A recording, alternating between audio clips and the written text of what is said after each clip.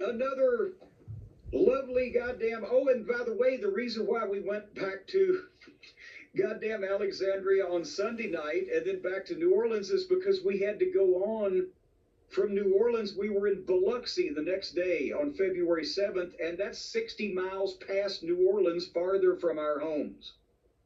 So we got a hotel room and stayed in New Orleans and then went on to Biloxi the next day. And I've mentioned before how badly I hated Biloxi, Mississippi as a building, have I not?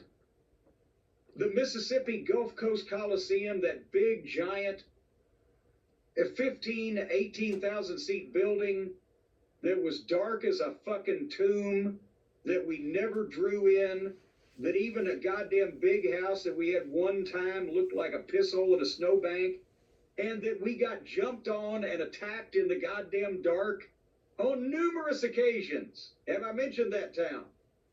I'm not sure. Well, I'm mentioning it now. And I don't know what happened this night. We were wrestling Junkyard Dog and Magnum TA. So no, it didn't happen this night. But this is the town where that big fucking corn-fed farm guy came at Bobby Eaton and fucking tackled him, and Bobby front face locked the guy, and the guy had to be 6'4", 350, and stood up underneath Bobby, and it looked like Bobby looked like he was the trunk on an elephant. The guy was swinging Bobby in the air. Bobby wouldn't let go, and the guy wouldn't go down. He wiped out all the ringside seats with Bobby until Bobby could fucking ground the motherfucker. The cops are fighting people. The fucking old man comes up to me. He's wearing one of those old fucking old man hats from the 50s and got a cigar stuck in his mouth. He's reaching in his pocket. Well, fuck it. I kicked him in the fucking balls. And then I think Dennis ended up with a black eye on that trip back, and somebody bloused my eye, and Bobby was scraped all up from being taken a tour around ringside by Plowboy fucking Mississippi. Yeah, it was a fun town because it was so dark. They were only using part of the building. And you had to walk into pitch blackness to get back to the locker room area. There wasn't any barricades. So they would rush you when they were mad and do shit. That's the town. When we used my belt, I believe, to close... No, it might have been my shoe to knock Ricky Morton out. Ricky was laying there flat of his back in a fucking ring with one eye open, watching us get the shit kicked out of us, trying to get back to the fucking locker room, dying laughing at us. Anyway, Biloxi, Mississippi. Lousy house, $7,200. What'd you think of the movie Biloxi Blues? I didn't see it. Based on the play, Biloxi Blues. Because I've had previous ill will with Biloxi. Oh, I thought you were going to say Neil Simon, but okay. Here's what we had to do. We had to get on Interstate 10 in Biloxi after the show, which probably got out about 10 o'clock. And we had to go through New Orleans to Baton Rouge and then take the state highway from Baton Rouge back to Alexandria. So Biloxi was 250 miles, and it was a 5-hour drive. We got back probably about 3 a.m. And God damn it, I needed to leave my house at 6:30 a.m. to go to Shreveport and do interviews. Those cocksuckers booked Biloxi on a Tuesday night. Oh, I hated them. And then we did interviews on Wednesday, February 8th from 9 a.m. to 3 p.m. in Shreveport, Louisiana. And then hopped in the car and fucking drove to goddamn Lafayette, which was 100 miles over. And I'm trying to remember why we had 2 matches in a row with TA and Dog instead of TA and 2, but I don't know. But finally it was a double disqualification, and Bobby grabbed the racket and Dog grabbed the chain, and it was a standoff, so we ran off. And that was all that happened there, because it was a lousy fucking house. More on Lafayette later. And then the following night, February 9th, was Lake Charles, Louisiana, where we did another... Remember, I think the last one was $5,600 or something. Well, this one was $6,800. It's coming up slowly. But another match with Magnum TA and Wrestling 2, where I throw the powder in Two's face and get disqualified, and TA chases me into the ring, but Dennis hangs him up in the ropes as he's trying to get to me. And I'm keeping him off balance while Dennis and Bobby are kicking a shit out of Wrestling 2, and then Junkyard Dog comes and makes the save.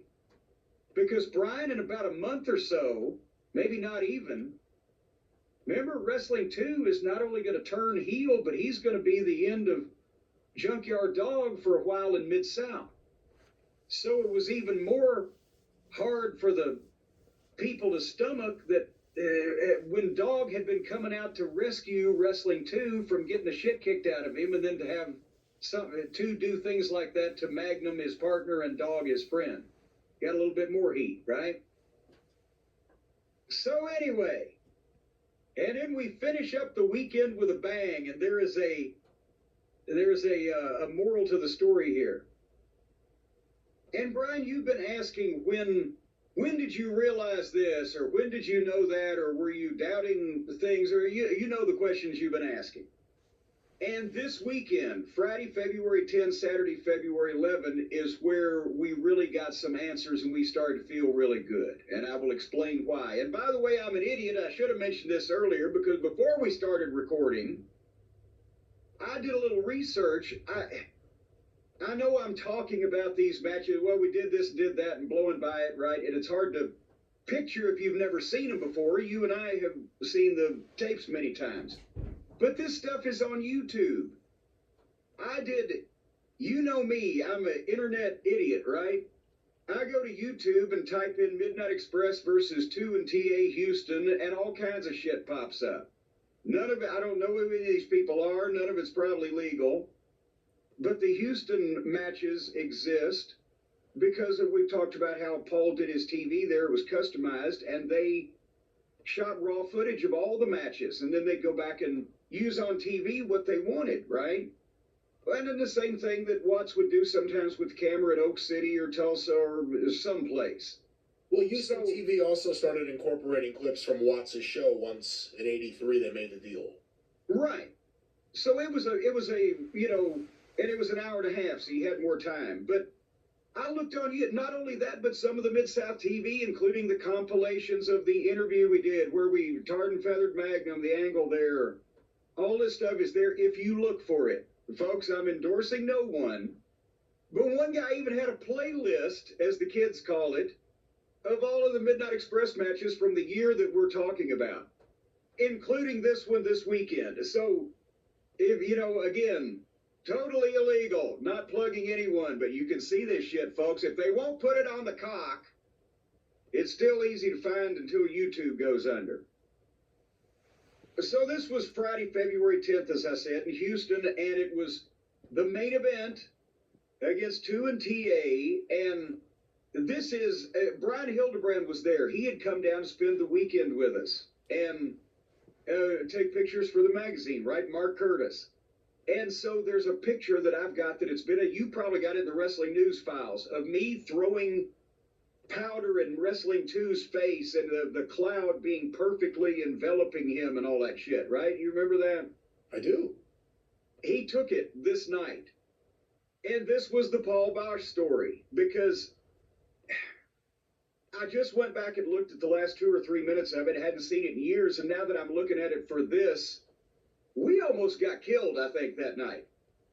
Because the deal was that boom, boom, boom, all this shit's going on, the referee's distracted, I throw the powder in Wrestling 2's face, and fucking Magnum goes after me, and the referee sees it and calls the DQ, but Dennis wallops fucking Magnum while he's chasing me, and Magnum catches his leg in the bottom rope and hangs upside down from the bottom and second rope where his leg is caught. He's hanging off the apron out toward the floor, right?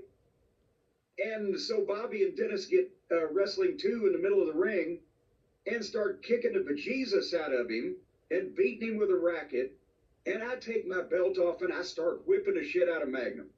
And they just told me, and I'm going to do whatever the fuck, right? I'm doing what I'm told at that point. They had just told me, they said, just whip him until we fucking get the heat on Magnum and 2, and I think the referee was going to threaten to suspend me or something or other, or I don't know if I had an out cue. Somebody's just going to come and get me.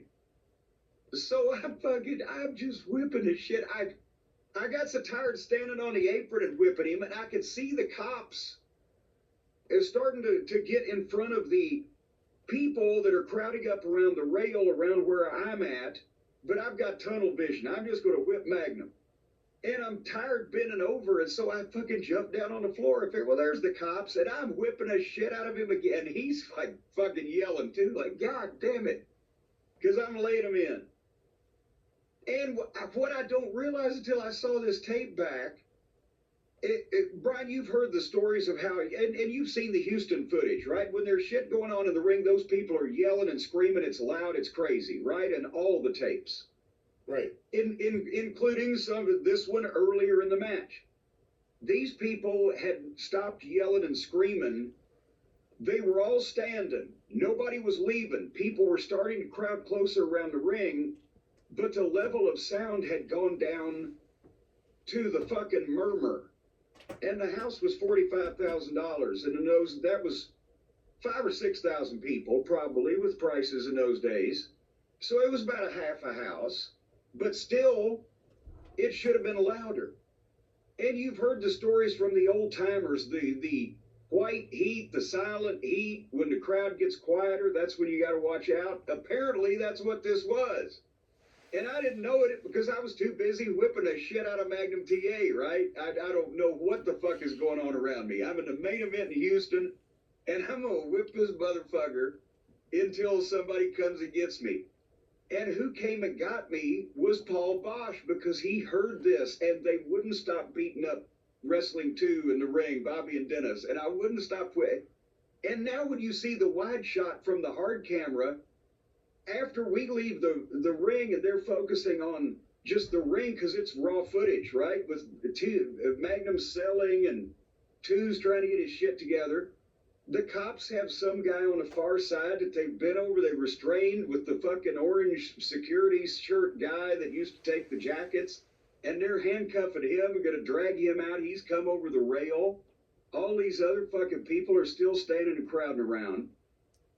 I'm whipping him, and suddenly I feel a hand on my shoulder, and I hear the crowd pop at the same time, and you can hear it on the video. It goes from that murmur like, do we need to go down there and help these fucking people?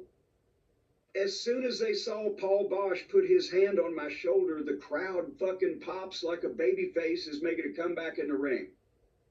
They recognized Paul when he came to the ring, and it was like, okay, it's all right now. We don't need to take action.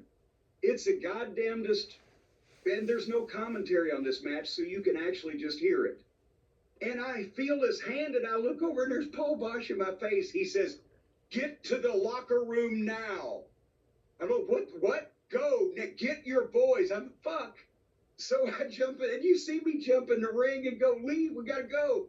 And I think it's Dennis. He's not fitting. He grabs the fucking belt from me, and he's gonna fucking do something he's gonna whip Magnum or something. And he goes over there, and he sees Paul Bosch and turns around. And I'm still trying to corral Bobby and Dennis to get them out of the fucking ring, as Paul has told me, get the fuck out of here. And so the cops then crowd around us, and you see they've still got the fucking guy over on the other side. And all these people felt somewhat better about the situation because Paul Bosch had personally involved himself in it to save the day, or we might have gotten fucking killed if we'd have tried to leave the ring without that happening. And we didn't even know it's only the third time we've been in Houston, right? We didn't know what the fuck.